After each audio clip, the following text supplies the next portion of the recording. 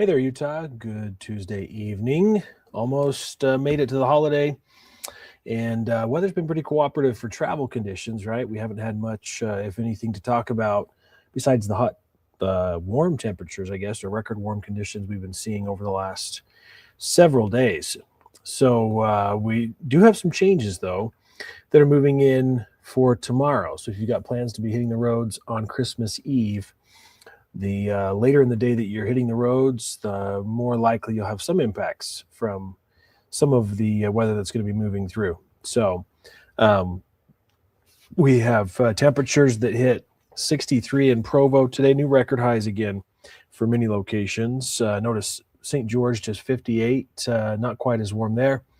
But 62, 63, I think Weather Service confirmed. So computer system didn't update that, but through the National Weather Service's chat that we have access to, somebody asked if it was 62 or 63, and they said 63, the record high today, or the official high temperature at the airport. So broke the previous record of 59 degrees from 1933. And we had a record warm low, of course, this morning. Temperatures didn't drop below 56, and the previous record was 52. So more records to continue to fall. So we do have the NORAD Santa tracker for tomorrow. Yes. Somebody's asking. So on Facebook, at least. So record warmth again today. A couple more records that are also falling with today's new record high, and a temperature over 60 degrees now puts us at 7 days above 60 degrees, which is the most ever recorded in December. So we continue to see that stretch, or this stretch of warmest December on record. The previous record was 1939. So we continue to set that record, as well as I pulled up some additional dates. Let me just pull those up as well. I thought these were interesting. So 1939 was the previous record for the most number of 60 degree or warmer days. They had 5. I looked up to see how much snow fell that season. It was 18 and a half inches of snow. So 18 and a half inches, that also was a similar amount to the year where we had the latest measurable snow for Salt Lake City, because we haven't had technically a 1/10 of an inch of snow at the airport yet. So in 1890 and 91, there was 18.4 inches for that season. And that's kind of another year we're trending towards, or we could compare maybe to with some of the things that we're seeing out there. The latest, or the lowest snowfall year was 14.3 inches. That was 1933-34. And as I mentioned, just a trace of snow so far this season. So I'm not saying we're only going to get 14 to 18 inches of snow in the snow year for Salt Lake, but maybe that might be on par with what we've been seeing with the overall trends. Never have we, of course, had a year where we haven't had any measurable snow at Salt Lake City Airport. So 14.3 is the lowest. So anyway, just something to kind of think about. It's possible that we're definitely not going to have a banner snow year unless we just get clobbered in January, February, which doesn't look like is going to be the case. We really could use a big pickup or pick me up for snowfall. Snow water equivalent map showing much of the state in red, which is well below 50% or 50% or less of average for this time of year. So statewide, we're 54%, thanks to some yellows across the northern mountain areas, and even the Escalante Basin showing 71% there. We do have some good news, some moisture on the way. It's going to be another mild storm system, though, for your Christmas Eve, Christmas Day. In fact, satellite radar trying to show pretty decent swath of moisture moving into central southern Utah. Not seeing quite as much on radar, but this is kind of the first initial wave of energy that's going to move on through. We have some showers across areas of southern Utah being reported now, and yeah, nice to see a little bit of rain. High elevation snow, so snow levels are going to be quite high with the initial storm that's moving through. We're looking at up to about 10,000 feet possibly tomorrow with the storm. And so that means, let me just check and see if any of that rain's actually hitting the ground. Snow and precip. That means, yeah, snow level is extremely high,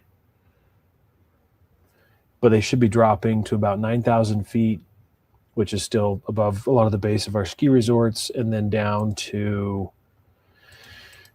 roughly 8,000 feet on Christmas Day. So kind of go over more of that. Let's see, no precip in the last 6 hours in southern Utah. So I'll have to check Brian Head's cameras and things, but looks like we're getting a little bit at least of cloud cover, what looks a little bit more ominous in southern Utah.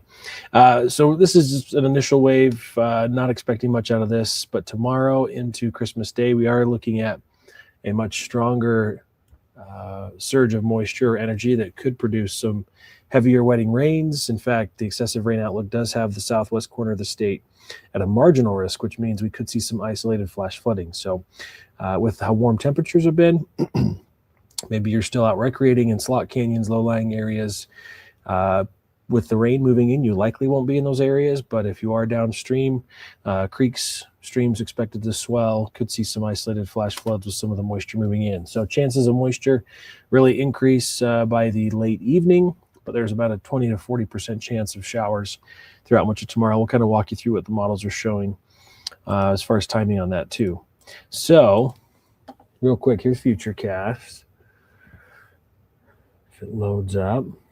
So again, models were picking up on the moisture tonight, kind of sliding pretty quickly through the state and out of here by tomorrow morning. We'll see a little bit of a delay from what models were showing yesterday in the timing of the storm. So this is right around lunchtime. Could see a few spotty showers in the southwest corner.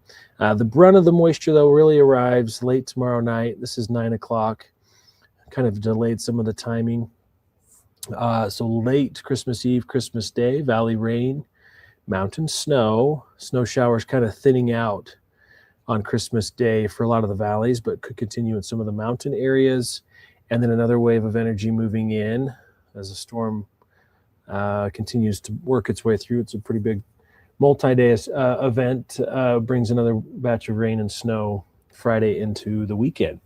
And there's a small threat that with that batch of weather moving in Friday, Saturday, we could see maybe a little bit of snow in the valleys, but it's really not looking super impressive at this point. So let's see what else. So with the storm coming in, we do have wind advisories that kick in tomorrow. So gusty conditions up to 50 miles an hour along the western part of the state, especially west of I-15. So those western counties, south winds 20, 30 miles an hour. The graphic's trying to load. It's just being really slow.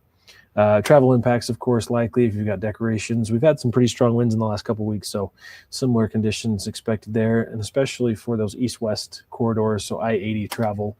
If you happen to be a truck driver pulling a big rig, you're going to notice the winds with winds tomorrow, 11 a.m. to 5 p.m. Friday, so it's a pretty prolonged event. And as far as the mountain seeing snow, we do have winter weather advisories that kick in tomorrow and will continue through Thursday evening. So snow above 8,500 feet, 6 to 12 inches with strong wind gusts. Brian Head could see maybe up to 15, so locally some higher snowfall amounts.